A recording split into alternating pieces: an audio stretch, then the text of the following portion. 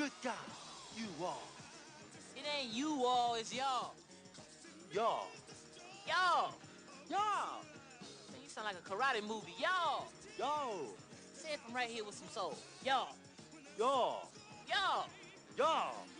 Let me show your goofy ass how to do this.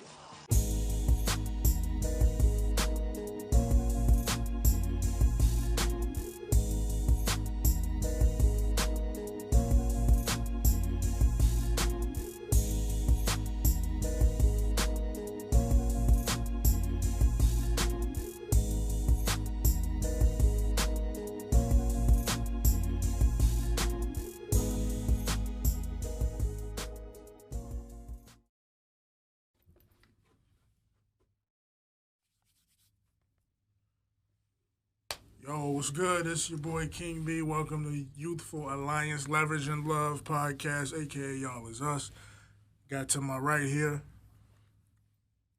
This is my right. This is my bad. my other right. All right, this your girl, Miss Choose Wisely. It's been a minute. For real. What's going on? It's your boy Zoe.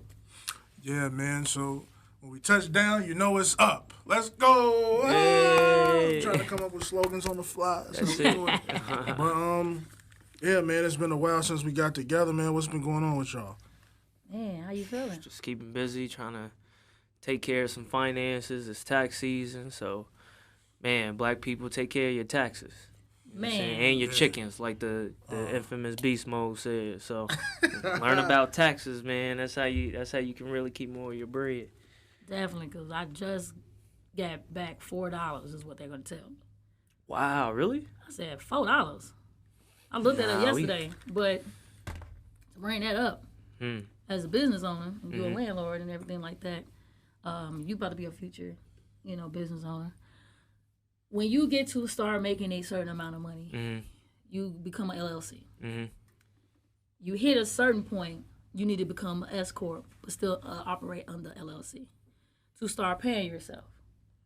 And then use the IRS.gov and start paying once a month estimated pay tax and pay at least 10% or whatever you make. So hypothetically, let's say I make $8,000 a month as my salary. That's a lot. Pay $800 a month. So they'll start receiving that. So 8 times 12 is what, 96. That's the taxes that I pay into them. So when I do get my taxes of me being a self-employer, I get everything back. Yep. So this year I would have owed about $3,000 from last year. I'm like, how? I had a job. So get back this $4. We might, you know what I'm saying? We can't even get no wings with that. Yeah, I mean, but also, like, depending on how the year went, depending on what resources you bought, whatever you had to pay into, you can do an amended tax return up to 2 years. So if it was a bad year, maybe wait it out. Second, third year can offset some of that. So that's just like little things that we got to start paying attention to try to get more of your bread. But yeah, I mean, the nice thing is you can write so much stuff off. Listen, it's crazy. They said to use your business debit card. Yeah. For everything. So when you do have it, it said. Put my phones out too. Yeah, because you want to use that for everything because it has your, all of your sub categories already ready. You know what I'm saying? Let's start. I'm glad you brought that up. So I was told that you shouldn't be using debit at all. And I'm getting ready to get into that. There we go.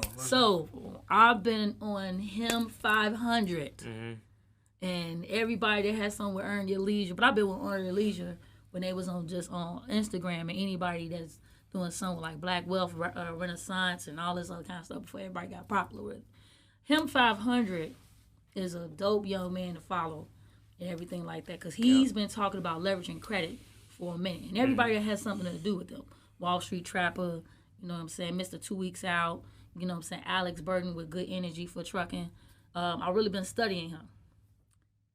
What you're saying is, and I know Zoe will agree with me, put your debit card up because that's your money. So he said this. So now, put it up. Get rid of that shit. No, you put it up because that's your money. Right. You use the credit cards to get the points off and leverage that and make money off that and put that money in that debit card because you still need checking and savings. So like how you pay your car note. Pay it on a credit card. Pay it twice a month. So they make it look like, hey, you pay it 3 days before the due date, and you pay it again after. Right. That's how you start leveraging the points. Right. So he's like, I don't buy for Louis. This man got a Lamborghini, Bentley trucks, Rolls Royce now. He said, I don't buy this with my personal money. I use their money. He, what's that? Charges out of jet, $3,500, and have everybody on there. Yeah, you also think from a security standpoint too, though, right? So like, if I made an expensive purchase on my debit card, fraud happens, it's gonna take what, if that, exactly. right, to get those funds back. Now you out of that money that's yours. Use a credit card, they gonna settle that within 24 hours. Exactly. You feel me? So like, just from a security standpoint, on top of that, the points, it's all about leverage, right? So like, this thing with like, you know, investing, credit, business, what have you, like you start using leverage. Once you get some momentum, then you can start to build on top of that. Then it's like, wow, you've been doing so good, paying before the statement date on your credit card. Here's another one. Let's up your limit. So, yeah, absolutely leverage it. Don't think of it as free money though, like most of us do. Like, oh, I got a credit card, that's a free $10,000. Like, no, you have to like. It ain't free money, but it's definitely a tool to get your credit score That's to it. where it needs to be. Though. Exactly. So where you can play around with some money. Yep. But to your point, B, the business debit card is different. You feel me? Like, because that's tied to an entity, you are gonna kind of get some different. You're gonna get some different advantages, right? Having a business debit, right? If at the very least, maybe run all of your expenses out of it. If you pay for QuickBooks, if you pay for some type of soft phone line, you know, just low expenses, keep that, link it to your QuickBooks, and then that way you can line item everything. So it just makes everything easier to be able to manage. But again, it's still decent to have like some activity on your business bank account too. So. Every single time, like, I would say we don't, as black people, don't have a good relationship with banking. We don't have a good relationship with finances. We just now starting to understand it again. Right. So, I would say, like, now I'm becoming like how, you know, back in the day your grandparents go or your moms and them. I'm going to the bank real quick. And they're like, well, why are you in the bank all day? They're talking and making moves with their personal banker. That personal banker is now tied to your business banker or whatever. So I develop a relationship with my business banker. Let me talk to him about some stuff because there's so many breaks that we do have that we don't know about. So, okay, case in point, B works for me. Don't get B a debit card. Get him an employee card. You know, this, that, and the third, because anything he swipes, if it's gas, it shows up on there as fuel. You have to have like that pie chart that we avoided in school. Now it's getting real. Is that able to be written off on your taxes? Everything's written off. There you go. Everything. Dog, like you pull that up, like you like he said, QuickBooks, your bank statements, your fuel statements, your meals. As long as you know they're like reasonable within like the type of industry you work in, you can up to 4 hours. You know what I'm saying? Like whatever you're doing, all that can be written off. It's crazy. But you bring up a really valuable point, the relationship building aspect, because you got to understand there's people that work at these banks just like us, right? And that made me think about my home buying process with the underwriter. Like there's people out there that'll tell you, oh, go build a relationship. Like go have a conversation with them, like understand the process. See what you need, if you need to write a goodwill letter, whatever the case may be, because these are people that are working behind these entities that in most cases want to support. So like my business bank account, Navy Federal, I'm, having conversations. And if anybody know about Navy Federal, like they one of those banks that's like are willing, yes. Are like, what do you need? Oh, you need 15,000? You got it in 20 minutes. So it's definitely opportunities out here you got to take advantage of. So looking at me, I'm asking you to give me the plug. Oh yeah, I got to give you my 3 months. Yeah, because I just had to use it today. I never called Navy Federal.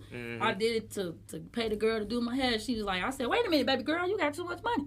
So they was like, oh no. She was like, oh my God, I'm sending it back to you. Navy Federal is that. Oh, they're so personable. Any credit union are personable. 100. Yeah, that's the key. Yep. But I would stand behind a big business bank them as well. And I would say, I don't hate Bank of America. I like them on business because now, right now there's no banks that's really open like that. True. But the one on 95th right there by Target, man, come and see you again, Abel. I will be back. Shout out to Abel. Man, straight up. You want to have that relationship because we can't be afraid of money or have a fear of using money. We have to be able to understand the language that money comes with. Right. When you start to learn about it, like, use the money it's a 90-day process. It takes 90 days to build, to create a habit. It takes 21 days to destroy. Right. Just use it like that. Y'all, get a relationship with your bankers, your people that's into your finances. Kill them relationships with your weed man. Same thing. He takes all No comment. yeah, hey, there are people too that's in a business. I support black-owned businesses. Right, get your LLC if you're doing it right. Man, listen. If you I think for every pod we need to start off with like some financial advice or some type of just some quick gems to give to the people before we get into the actual podcast. Yeah, I agree. Yeah, that's a great idea. That was a dope little intro, man. But the big hitter that we want to talk about today is pretty much today, like what's going on. We've seen a lot of, I guess you can call it mishaps with law enforcement. That's a friendly word. Yeah, just to be on the safe side, be a little bit political and not get our podcast canceled. With communities of color and law enforcement, there's been a lot of turmoil. We've seen a lot of instances recently. In Chicago, we had a little Hispanic kid, Adam Toledo, get killed by the police. Some people say it was justified. Others disagree with it.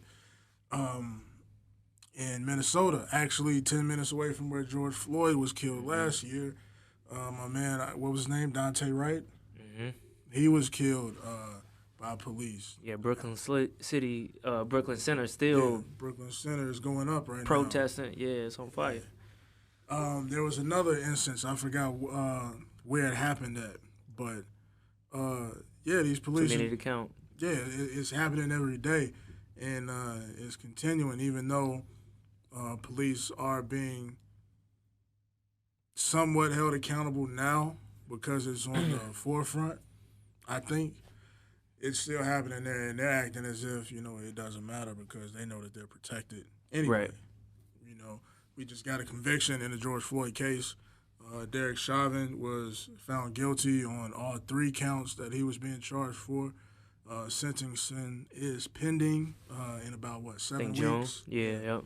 So 7 weeks, we're gonna hear, how much time he's gonna get. What do you think the sentence? Well, so what happened was because of the second degree unintentional, that comes with a minimum of 45 years. So the other 2 charges are gonna drop, which I think was 25 years and 10 years. But yeah, he need to eat all that. And I knew that's how it was gonna go. Did you? The lesser charges were gonna run concurrent. Oh, I thought you meant the verdict in itself. Yeah, I mean, I knew that too because they weren't gonna allow that place to blow up again. I mean, I'd be lying if I said there wasn't a small ounce of doubt that they were gonna mess this up. Yeah. Even with all the evidence, it was the most obvious case. Absolutely. Which is why it only took them 10 hours to deliberate the jury. But still, it. And I know what goes on in those chambers with the jurors because I was a juror on a pretty big case here in Chicago. Everybody, even though it may seem like the evidence is there and it's laid out for you, everybody's not on the same page. I can especially imagine. when it's different races involved. Which is always. So, yeah. But given the circumstance of how the landscape was in Minneapolis, I couldn't see them giving a not guilty verdict. I even think someone told them that too. Think about this. There's consequences for this verdict. You know, we already went through this once. We don't want to go through it again. Jurors already knew that their identities was gonna be released. Absolutely. Like, yeah, that's a tough one. And you don't have to worry about retaliation from the George Floyd family. You got to worry about retaliation from the other side. Right. So, for me, it was only one way it could have went. Mm-hmm. And I think, you know, it probably wasn't genuine, but I'm glad it happened. Same. We needed a turning point at some moment. We were talking about this before we got on. I just feel like history continues to repeat itself, right? Like racism went nowhere. It's just being Exposed. Yep. Recycled. That's it. Now it's like this is not to negate what, you know, generations before us experienced, but you got to think like 50, 60 years ago, like unless it really physically happened to you, you had no idea what was happening in a different city unless it was in the paper or it got circulated. But now, like, we're recycling this trauma so much, we see it every day. Yeah. You know what I mean? We have access to the world at our fingertips, and thanks to people like Sean King, we see this type of stuff every single day, and it's overwhelming. It's exhausting. They're starting to expose him, saying that's all he does is like saying like he's like, oh well, you just keep bringing chaos. To me, what I think is that we need to know what's going on. Yeah, we need somebody like that. Somebody who's only focused on that so that we can be aware of what's going on. Don't be a Van Lathan out here. Not Van. Am I saying it right? Is it not Van Lathan? Van Jones is cool. Van Jones. Don't be Van Jones? Don't be Van Jones. Why not? Oh, really? Van Jones is a wishy-washy motherfucker. Are we talking about the same person? Van Jones is from TMZ. Van Lathan is the one that be on CNN. No, Van Lathan is the one on TMZ. Oh, wow. Okay. Yeah, the one that won the Oscar. Got you. Yeah, okay. Yep. Now I gotta watch that. Van Jones is the flaky nigga. That's okay. Yeah. I'm thinking about the same person though. I got Van you. Jones was on he the one crying. Prison reform though. Yeah, I understand that about prison reform or whatever. We definitely get into that. Get into another thing. He's a wishy-washy motherfucker. Let me just be honest with you, because you be like this, man, hold on. You just said so-and-so, you ain't like none of this, and then next thing you know, you over here crying. You know, like who is that? Dr. Omar. Dr. Umar. Oh, Umar Johnson? Yeah, Umar. You know I don't think Van Jones compares to Dr. Umar. Umar be on some other shit. Right, you calling out the wrong shit. Dr. Umar been out here begging for money from the people to build this school. He's not doing anything proactive to make people want to donate. Other than talk shit about other black dudes. Yeah. That's what I'm like. I didn't watch this one. He turned me away about a year or two ago. You know what I'm saying, or whatever. And I'm like, why do you guys keep having this guy on the Breakfast Club? Like, what is he? Umar? Yeah, just stop putting him on there. Like, but you know what? I think that comes from a place of like if you look at all of the cultures that's out there, like black culture has always felt the need to have like a leader or somebody to follow, right? And I think that comes from not having a standard structure, a culture standard. And what I mean by that is, if you think of like, you know, Southeast Asians, like the standard is you go to America, you take advantage of their education, you build a business, you send money back to your family, you start that business, and everybody from the family comes over and work there. Like, that's just what happens. I mean, even Indian culture, look at the CEO of Microsoft. He doing just that, over $1 billion in India, building infrastructure, you know, computer science programs, code, and like he taking care of his people. Right. Like what we've always had were, you know, we always felt this need of like, I need someone to follow, right? And then we recycle these leaders, and until we have one, we feel like we can't figure out what we need to be doing collectively. And it's like, we need to start figuring out like what that language looks like, and as opposed to like getting the credit for it and wanting to be at the forefront, like just do the work in silence and be at peace with that. You know what I mean? Because personally, I've sent this tweet out before I got off social media like 2 months ago.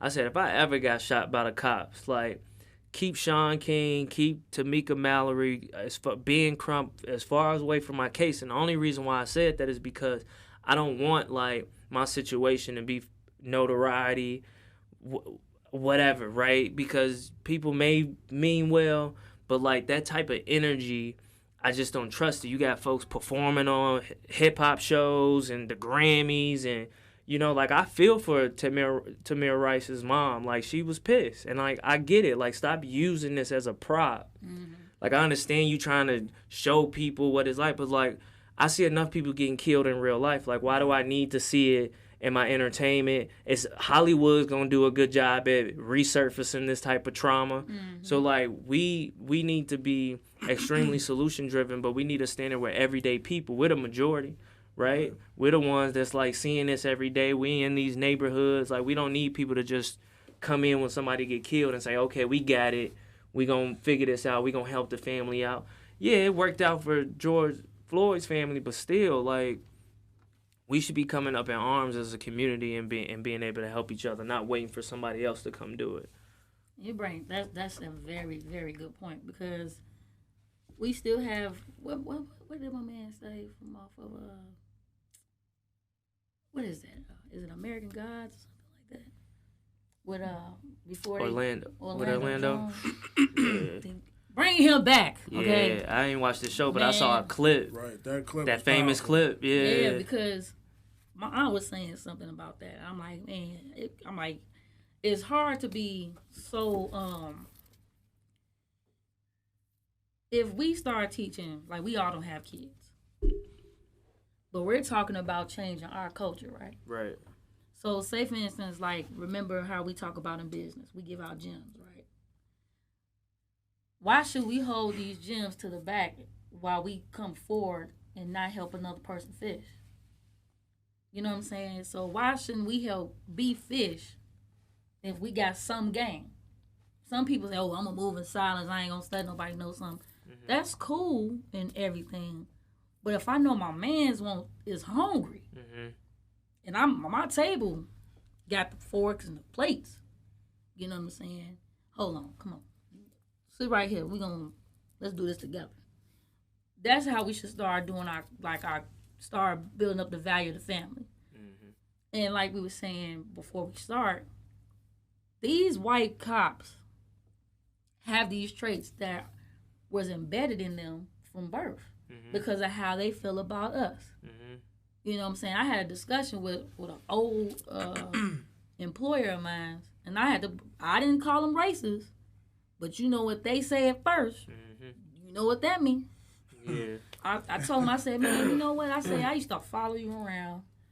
I tried my best to mimic you. I said, because of your antics and me being brainwashed by it, I lost so many promotions doing the stupidity shit that you did. Mm. I said, and then I had to sit back and realize you don't even fucking promote black people. Mm-hmm. You physically, he didn't. In the company, he never put us up. I said, you gonna put this motherfucker up over me and I got better performance? Mm-hmm. It was only 2 black people in the area. So, and I told him about that. Man, I'm not fucking racist. I said, hey, it said it. I didn't say it.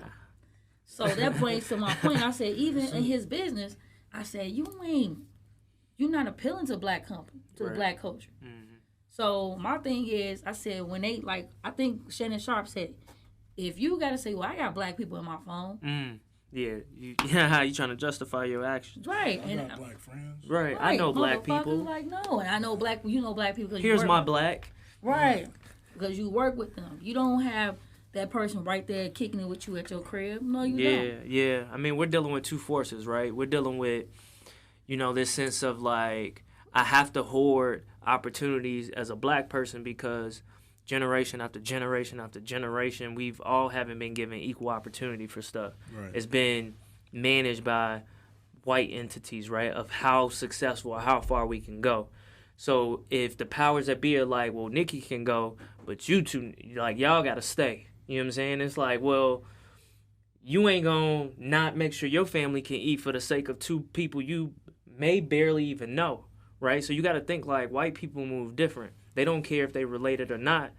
It's white culture over everything, no matter where you at. For us, it's like, well, hold on. Like, I don't want to mess up my chances trying to speak on behalf of everybody else. So let me just look out for me first, get in there, then I'll give you what I can.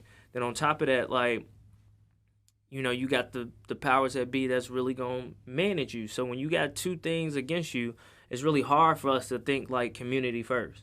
You feel me? So, but you got to think like we're the majority. It's more of us, right? I honestly believe, you know, like Jay said, don't nothing move without us. We are the culture, art, fashion, you know, music, everything. We've all created this, and they know that. They know our greatness, and they just use that mindset. Okay, get it right. Y'all is us. Yeah, see? That's what I mean. Looking out for each other. Yeah.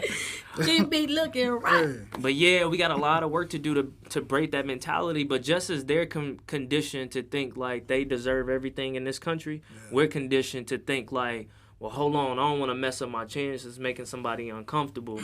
When it's like, no, you deserve every right, if not more, opportunities in this country for building it for what it is and making it, you know, where we're at today. And the fact that you scared to ask for something or speak up in a meeting, or because your manager white, you don't want to respond back because they said something that made you uncomfortable, like, you can't think like that. Man, please, I stayed in trouble. Yeah, you Got can't kicked think out like the that. building for saying stuff. I am not fearful at all when it comes to these white folks. I will walk up on them. Yeah. But, you know, at the same time, you know, you feel like, damn, he just did something. I'll never forget a manager. I know I lost a promotion. He's like, you looking like you ready to hit me right now. My eyes was red. Oh, wow. He was like, I heard what you told that lady downstairs. I went off on this white lady because she, you know what I'm saying? I just feel some type of way now, especially now being in business as a business woman, because you know for a fact, it ain't just them, it's our people too. Case in point, I just lost a contract with the cleaning for the school. You don't know where our obligations may be. People may not be able to make things happen on your time. But every time we were cleaning the school, it was the black people that had something to say. Oh, you didn't put pledge on the table. Nigga, what? We put organic pledge on here. You just got a fucked up ass table. Right. This brother, one for my people. You know what I'm saying? So shout out to Progressive Trucking School. We'll never clean for y'all ever again. But your rat infested, dirty ass. That's the last free promo you get. Man. Nikki will promote your shit, bad or good. Definitely will. Cause shit, I know what I did. He's like, oh, because you guys didn't come in yesterday. Cause you guys peeing on the side of the walls. You're fucking nasty. Like, what grown people do that type of shit? But you're ready to go ahead and blast another black company. Like, that's what they do. If we don't cut grass in the rain, oh, she's a bogus company. Or if you don't, you know what I'm saying, take care of your tenant at the time when they're telling for something, I need this done right now. Right. Wait a minute.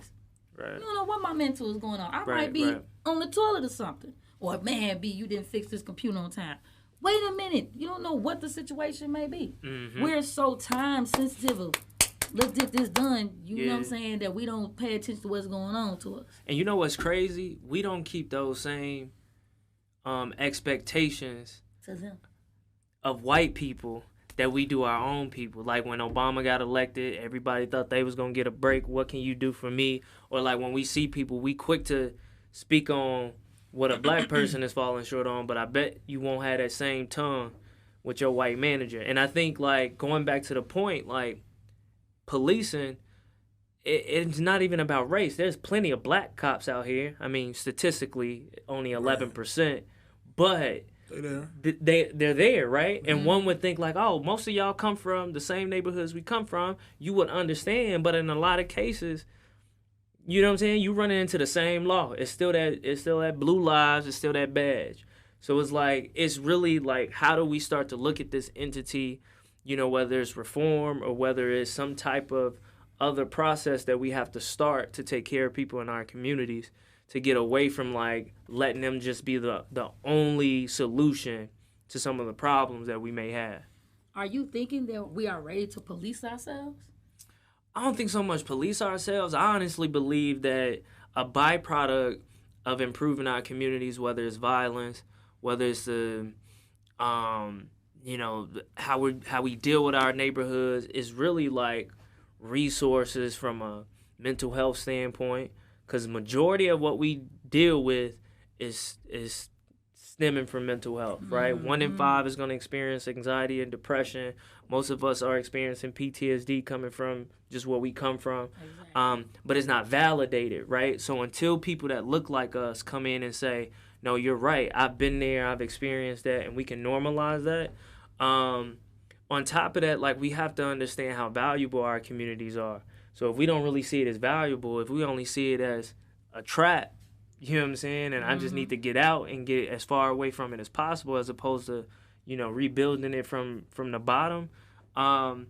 We'll never, like, take care of it, and we'll never look out the window and be like, hey, what's going on here? You good? Like, and more people come out, you know, like, so these are things that just have to change. I think we have a unique opportunity with more of us being at home and working remote, like, bring block clubs back, but, like, not just to throw barbecues and parties and kick it, but, like, no, we need to come together, block the street off, and let's talk about something that's going to help us. And that's what we need to normalize. Like, that's separation. The whole idea of integrating into these systems and trying to change it, I, like, wholly disagree with. Getting our political people involved. If you have an alderman that you've never seen before, Yup. he needs to be at that block club meeting as Yup. well. You know what I'm saying? And then stop having, the main issue we having is these people coming from different neighborhoods that they never been in. Don't put them from Richmond Park out here in Inglewood or Urban Gresham or in Pullman or over in Roseland, and you don't know nothing about that. Don't just sit there and put us in this circle of saying that all black people do the same shit. Scam, thievery, you know, do nigga shit, eating chicken and motherfucking watermelon. We do not do all of that. I like watermelon. I mean, I love it too. I like It's chicken. very, very. I definitely do. The hot sauce got to be right. Real chicken. But you cannot keep putting these people in there. If you're going to put them in there, put them with another person that's from that neighborhood. But they don't have a choice. That's the whole plan. Yeah. Right? So, like, your superintendent or your captain, when they devising these beats and they put them by numbers, it's very intentional. They would never put somebody from the hood back in their neighborhood. Why? Because they probably think, oh, I don't need this person getting influenced. I don't need you helping little Ray out and Tyrone. I don't need you getting into any criminal activity like you did before you got here. So they do that on purpose. You know what I'm saying? They'll put a black cop in Mount Greenwood before they do Inglewood. And that's the problem, right? So, and he getting called nigga every time he over there. and he the law. Thank you. And back to what you were saying before we went on air, about you know, we got these white cops that are pretty much bred from birth to just dislike outside races. Right. And then you have black cops who are from the inner city that, you know, become cops, and then they join that entity of policing, and they become of that machine as well. Yeah. You know, so that's also another part of it too. Like, you know, Yeah. even though that they're black, they become a part of that side opposed to the side that they come from. Right. And now you're part of this, like, fraternity. Right. And it's like, am I going to, like, out my brother for the sake of, you know, this assailant that, okay, yeah, we look alike, but so what? Like, this is how I'm feeding my family. You know what I mean? And I seen an instance where a black cop had shot a white woman. This was some years ago. I think this was around the time of the Laquan McDonald thing. This black cop shot a white woman, and they damn near gave this nigga the chair. You know? Of course. But Laquan McDonald, on the other hand, just got shot 17 times. On video. Not harming anybody. And Jason he ain't in General Pop. I don't think he's in jail no more, is he? Yeah, He's still in He there. got out. He only did like 7 years, right? That was only that wasn't that long ago. That was Really? that was 2017. Right. They still He's still in there. They still trying to get Mayor Lightfoot for that. Her and Was she in office then? No, that was Oh. Ron. Yeah. Ron was the one sitting on the tape from Yeah, the Burger King for a absolutely. minute. that was him. That was her. And don't forget about what's her name, Tony Periwinkle. All you motherfuckers was on that shit. That's your peoples, man. No man, I just didn't get on TV. How quickly people change. Right. Shit, I know me. This face belongs on the tissue. Nah, but you got to think like this. The law, like policing, was created off the back of slave catching. Right. You feel me? So it's predicated on like pursuing black people, no matter how small or large the crime. So you got to think like, you know, knowing that's the backbone of it. How could you, as a police officer, join this entity, knowing what is created for, thinking that you can absolutely change it from the inside. Now, I will admit, back in the day when I was like 9, 10 years old, I used to go to the police station over on 111 because they had they had a program. The DARE program? No, it was the Explorers program. So basically, you go to, I can't believe I'm even sharing this. You go and like you meet with the cops and they like do little team building. They got horses. You can ride the horses and they supposed to teach you some self-defense techniques. But like that's their way of like what I believe was trying to ease the perception of like police officers in the hood. Let's grab all these little boys, showing that police officers are good. They look like them. And then 10 years later you terrorizing me. The same one that, you know what I mean? You tried to mentor. Yeah. So like again, you can't imagine that you're gonna change this machine from the inside. It doesn't work that way. It's not gonna work. And honestly, the black police probably a little worse. You know? Man, and we seen it in Boys in the Hood. Yeah, the black cop, he get to showing out and shit in front of the white guy. Hey, what you doing, nigga? Get the fuck back in the car. Yeah. You know, so it's it is what it is, man. I think we're gonna have to start taking some different approaches. Like trying to change this thing from the inside out is not working. Yeah, we need homie from Queen and Slim when he opened the garage and was like, like them the cops we need. We need homie like him. Yeah. You know what I'm saying? But you gotta think about what show was that? The Shield. I know white cops they was protecting their own. Like I'll never forget, they found a thing full of money. He was like this. You know what I'm saying? The dude from the commission, he was like, oh, get it. You know what I'm saying? They was stealing from the drug dealers. You know what I'm saying? It's still cops out there like that to this day. Still like that. Still in. I mean, all type of shit, planting drugs and everything. But I think, like, you know, a lot of people don't listen to this man no more or whatever. But Kanye said it best. It all falls down. Fuck the police. That's how I treat them. Mm-hmm.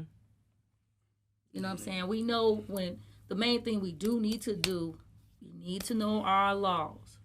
If you're going to do it, you got to listen to how UEP say.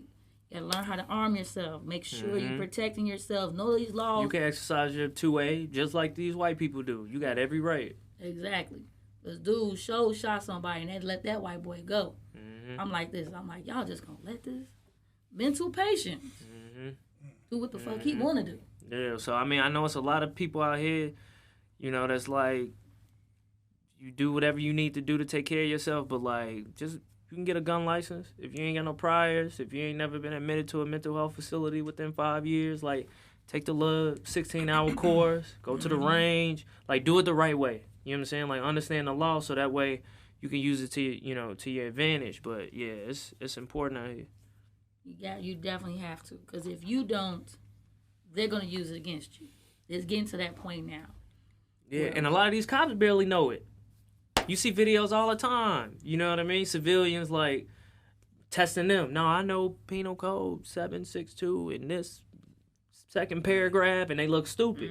But again, we don't have a chance to even speak, because as soon as they see you, you know, don't reach for nothing. You get on the ground. Yeah, it's wild. It's wild. But at least be prepared if you find yourself in a position where you can. So. Oh yeah, that was the other thing with the army sergeant. He got pulled out of his car and got maced and shit. And excuse me, and this man knows his laws because he is defending our country. Right. What is going on? Yeah, but we know. Come on now, with Vietnam, both world wars, they came back no job. They came back to worship and being in.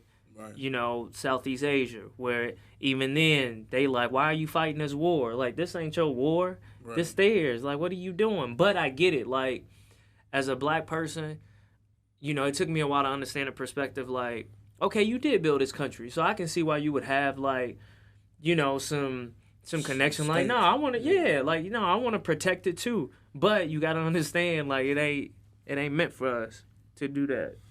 I think it really hit me. This was when Trump was in office, and something had happened overseas, and they had, I want to say this was like in the Middle East, and they interviewed this dude, and he was crying. Like, he was like, yeah, you know, we have no problem with American people or black people. We don't like him. And I was like, oh, okay, I get it. Like, people around the world can see this. Like, the citizens and mainly the black citizens here, they have no stake in like warfare and shit like that. So like the problem that lies is with government and people that are running the country. So I think, and that's one of the reasons why I feel like I'll probably get some flack for saying this, but I don't think we should be in the military at all. 100%. No, I agree. No part of it. Navy. None of it. Pull all of us. Get out. Because I sit back and I watch movies like Red Tails. Oh, man. And Miracle at St. Anna. Mm-hmm. You know, those good war stories. Even these people were putting their lives on the line to come home and be treated like shit for the rest of their lives. Right. You know, so, yeah, if I often think about when Muhammad Ali said, "Ain't no Viet Cong ever called me nigga." On me. Man. So, hey. Or the scene from Dead Presidents. There you go. We don't believe. Man, we and we got friends that's in the military. We got friends that made great livings. And don't get me wrong, like I support all of my friends and black people that are currently serving in the armed forces. I salute them. But, you know, I just feel like, you know, that's just not for me or for anybody that look like me. And they ask, you know, when you ask them a question, you be like, man, you know, like, gee, how you feel about that? Like, look, I'm doing it for me and mine. Right, I'm doing my little 4 years. Let me get my degree.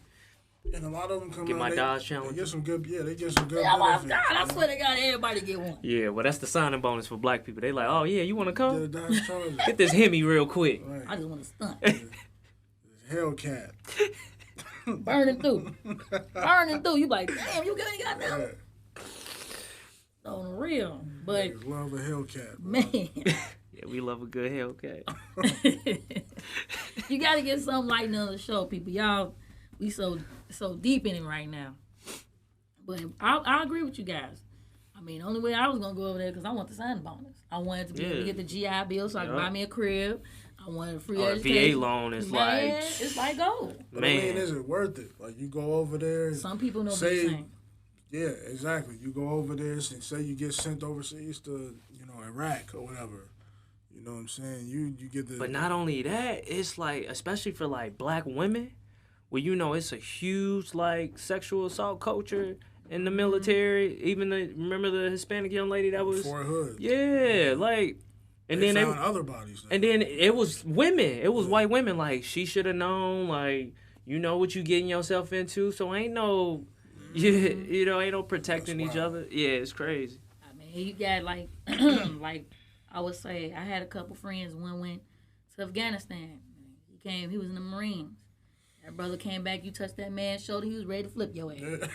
Swear to God. Absolutely. Yeah, I could believe it. Then my other homegirl, she was the military police. You know, she'll come back and visit us.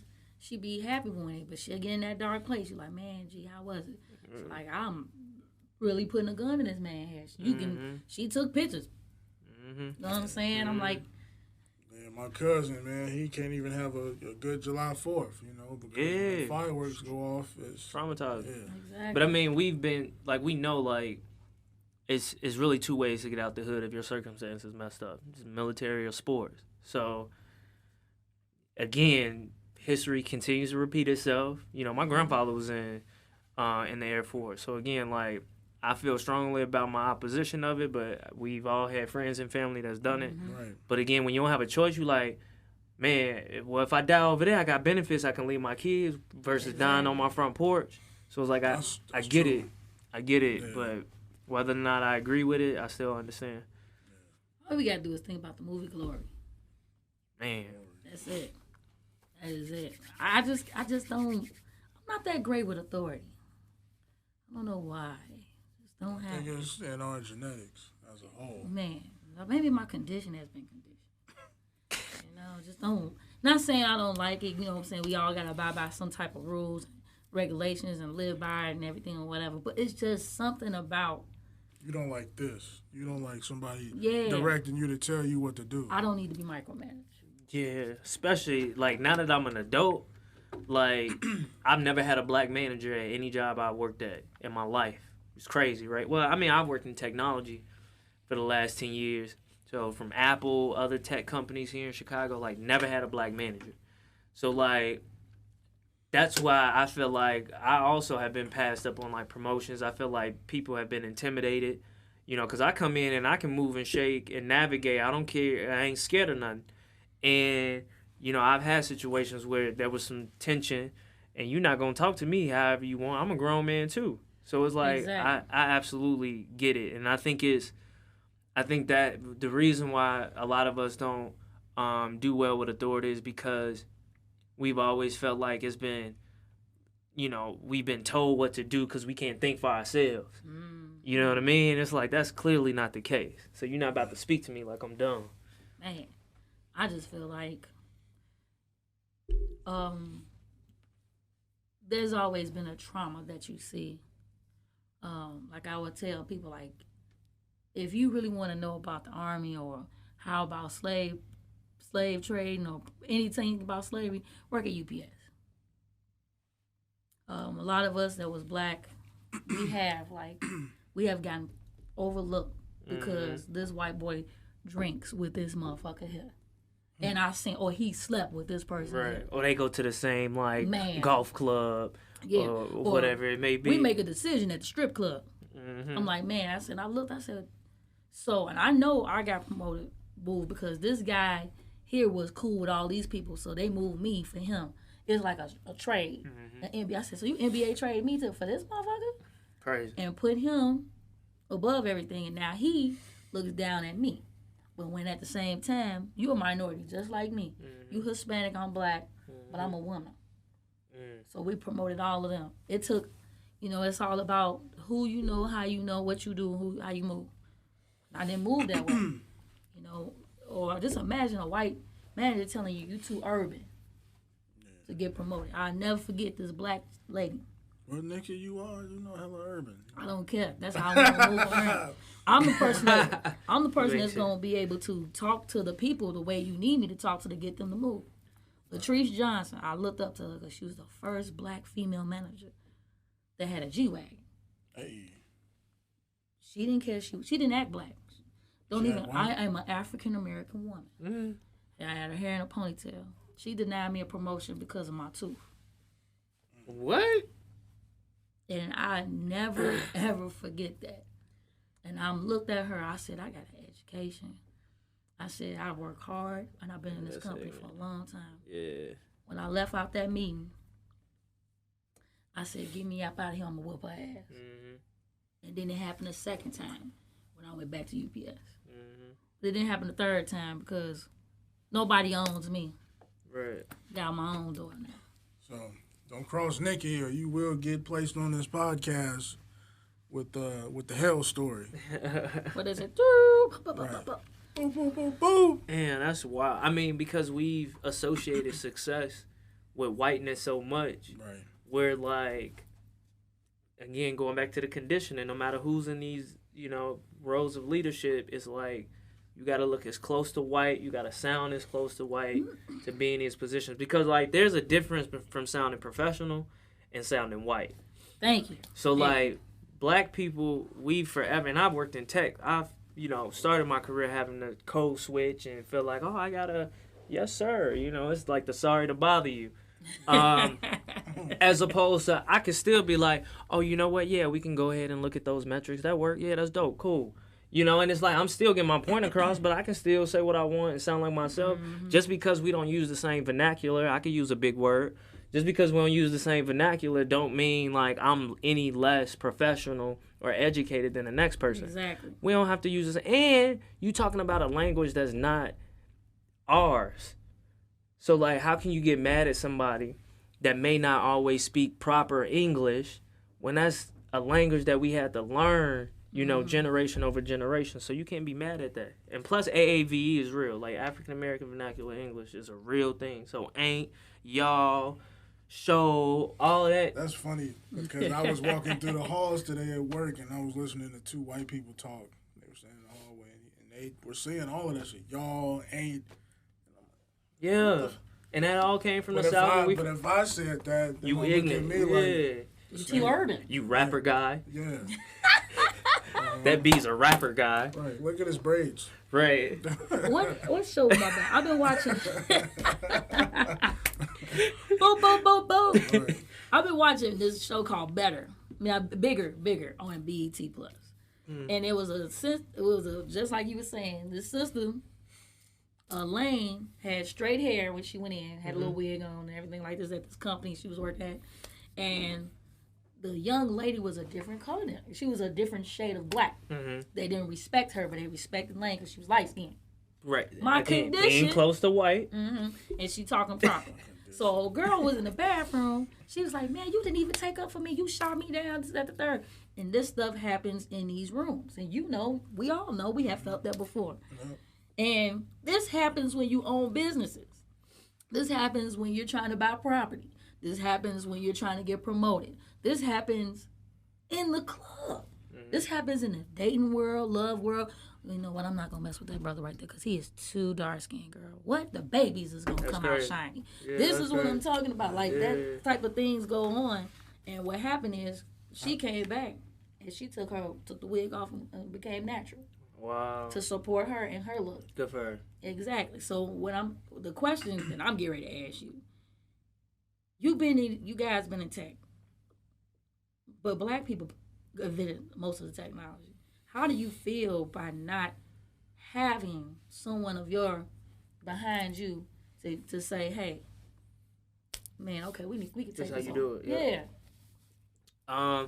Well, two comments. One, what's been frustrating is, I'll show up to these companies and I'm very pro-black. I'm joining the Black Employee Resource Group. I'm speaking on stuff. But I never forget the last tech company I worked for, man. 3 months later, a group of black women that I work with was like, man, I got to admit now that we know you, like, I heard you talking about that the first week you was here and was like, man, he ain't black. Like, what is he talking about? Why he care so much? So, like, coming off a bit racially ambiguous, now I know how, like, people that don't, I feel like I'm light-skinned and a dark-skinned, I'm dark-skinned and a light-skinned body. I don't know what you call it, but I don't feel comfortable in my body because I feel like I should be a shade darker. But, so with that being said, like, again, like, people have this assumption, like, oh, he's going to be one of us. Like, we can get him. And then I don't fold. I'm like, nah, I'm trying to look out for my people. I grab everybody, that started, that look like me, and make sure they straight. I speak on their behalf out of respect. It's not like I speak for them, but I'm like, nah, you ain't about to... Well, I don't care what environment we're in. But it is very frustrating because I've never had a black manager. So as much as I have the wherewithal to, like, navigate these companies on my own, like, it would have been nice to have someone that did it, that's in a leadership role, that's like, look, let me mold you, let me show you the game, let me get you to where we at so it can be more of us. So that way I can start, referring people to come in and we can start recycling and doing the same thing. But if I've never had it, it's hard for me to, like, really see that. So, man, if you're able to go back into our Youthful Alliance Leverage and Love archive, you could check out the episode Being Black in the Workplace, where we talk about that same exact situation with my boy Jeff and your boy Shartae. I think we should revisit that again. Hey, we absolutely will. Because you can't just not give this. Certain people didn't give up a lot of information as they could because... I'm going to be honest with you. I love you to death, bro. But you was holding back. He was alone, it was his first time on air. No, he do that in person, bro. Like, you don't have to be cool with everybody. I'm dropping names, okay? I don't care. I feel like corrupt. Because at the end of the day, they got to learn from their actions, too. On me. You know what I'm saying? Because he just explained, like, how he felt. Now, how did you feel? You've been in tech places. Right. You've been in the railroad. You've been in these different type of jobs. And sometimes the black people that you do work for is some Uncle Tom ass niggas. And I will say that because I know I done been there. You know what I'm saying? Because I will say this.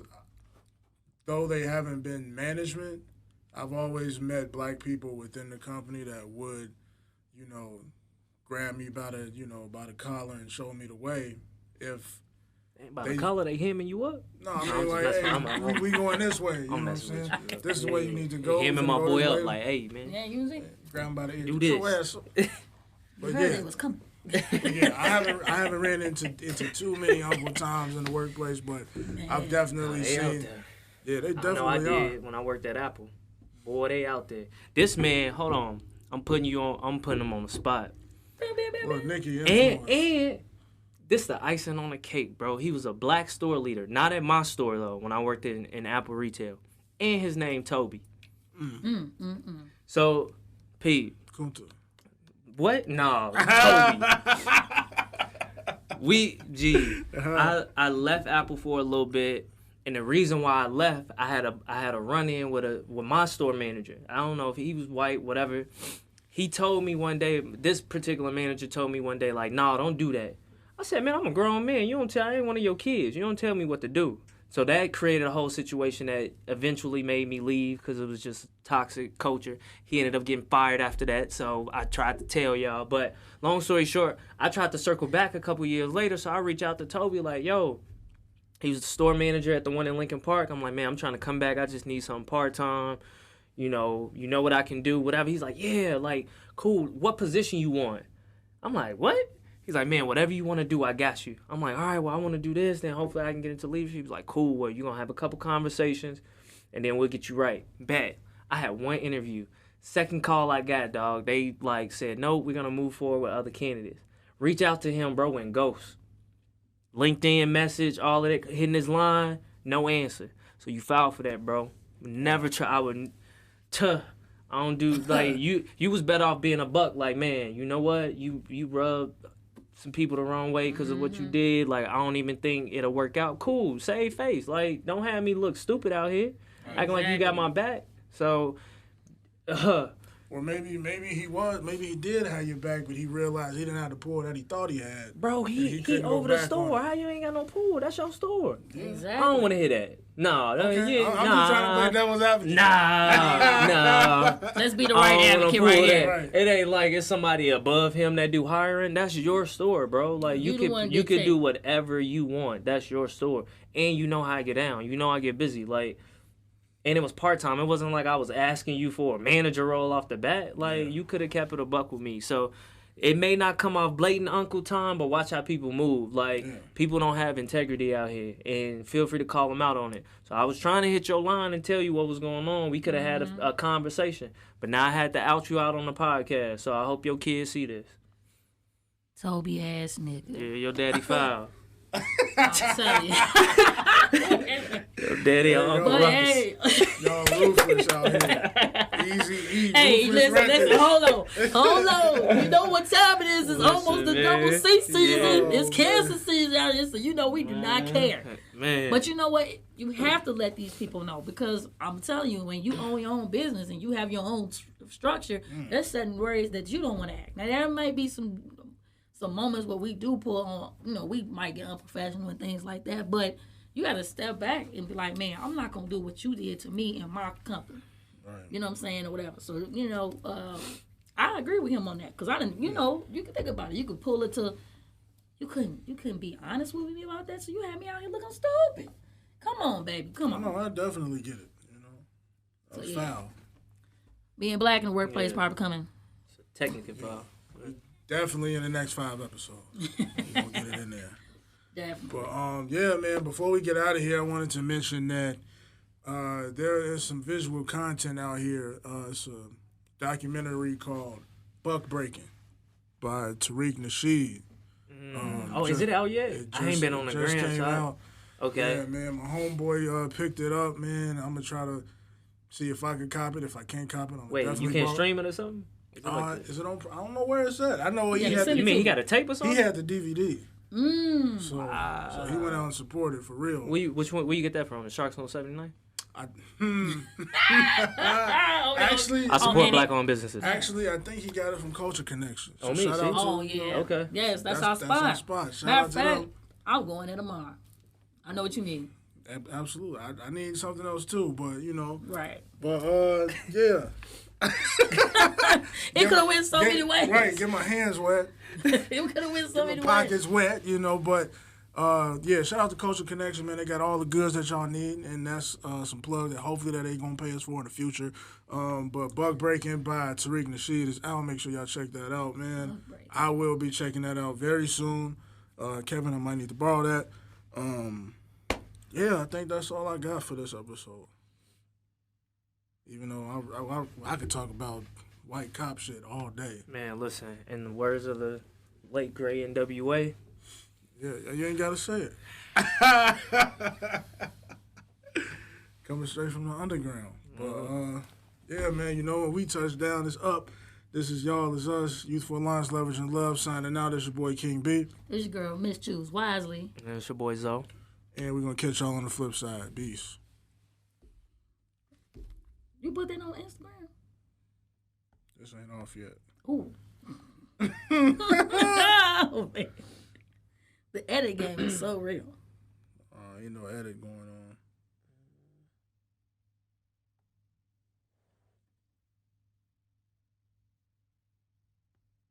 Damn.